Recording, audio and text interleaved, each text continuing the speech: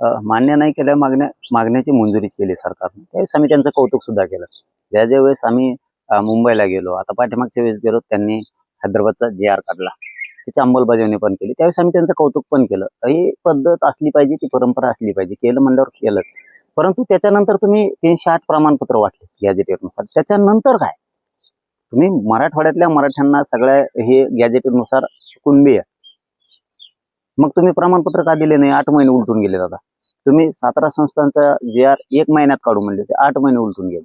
तुम्ही गुन्हे मागे घेऊन म्हणले होते राज्यातले सगळे, का घेतले नाही? याला काय कारण आहे तुमचं? शिंदे समितीची मुदत वाढ, शिंदे समिती रेकॉर्ड शोधत नाही. मग नेमकं काय चाललंय? व्हॅलिडिटी आहेत, ज्यांचे कुणबी प्रमाणपत्र सापडले त्यांना दिले जात नाही. 58 लाख नोंदी आहेत, त्या नोंदी सगळ्या ग्रामपंचायतला लावल्या पाहिजेत. म्हणजे लोकांना कळलं ना आपली नोंद निघाली, कुठं निघाली, कशी निघाली. हे करतच नाहीये ते.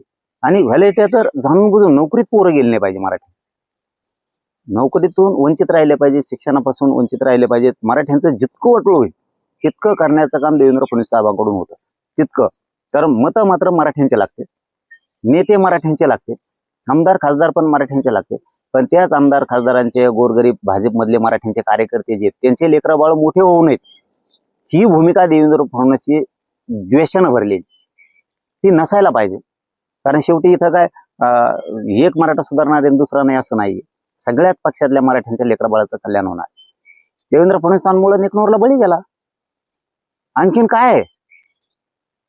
किती बळी घ्यायचे? देवेंद्र फडणवीसांची ही वर्तणूकच चांगली नाहीये, की ज्या समाजाच्या जीवावर मोठं होते त्या समाजाच्या लेकरांचेच बळी घ्यायचे. खोटे गुन्हे दाखल करणार तुम्ही पोरांवरती, त्यांच्यावरती दबाव आणणार, आणि मग गोरगरिबांच्या लेकरांचे असे बळी तुम्ही घेणार. आम्ही बलिदान व्हायला जाऊ देणार नाही. याचे हे बघा, न्याय मिळेपर्यंत तर आता आम्ही हटतच नाही. आणि किती दिवस वाट बघणार आहे?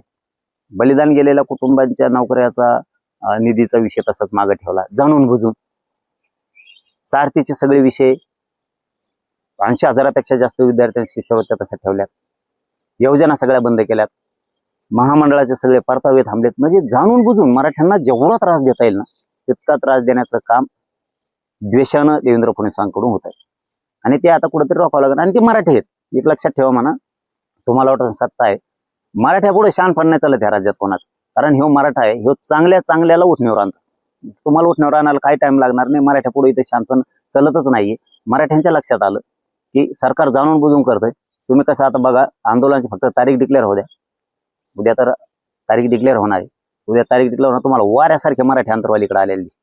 कारण लोकांच्या लक्षात येतं, मग भाजपचा मराठा असो, काँग्रेस शिवसेनेचा असो, सामान्य शेतकरी मराठी, लक्षात आलं की ह्यो आपल्या पोरांचं फडणवीस वाटोळं करतोय.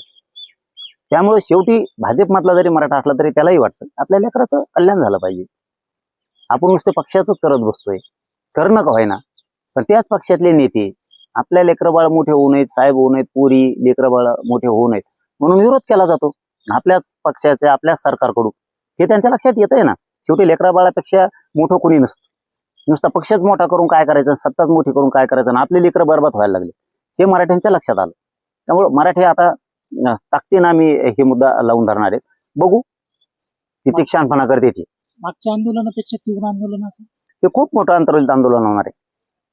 सगळीकडे शांततेत होणार आहे, पण आंतरवलीत खूप मोठं आंदोलन उभं राहणार आहे. आणि त्या आंदोलनात मग देवेंद्र फडणवीसला कळत आपण मराठ्यांच्या जीवावर मोठे झालो, पण आता किती भयानक आता ही किंमत मोजायची वेळ आली. आणि आपण ते करत असतो, ते बोलतो, आपण ते करतो. आता तुम्ही बघा, आजच लोक मुक्कामी यायला लागले. उद्या बैठक आहे, आजच लोक आंतरवालीकडे निघाले. म्हणजे आणखीन तर तारीख सुद्धा डिक्लेअर नाही, तारीख उद्या डिक्लेअर होणार. कळलं आता. यांनाही दाखवतो आम्ही 17 संस्थांचं गॅजेटियरचा JR कसं काय निघत नाही ते बी बघतो आता आम्ही.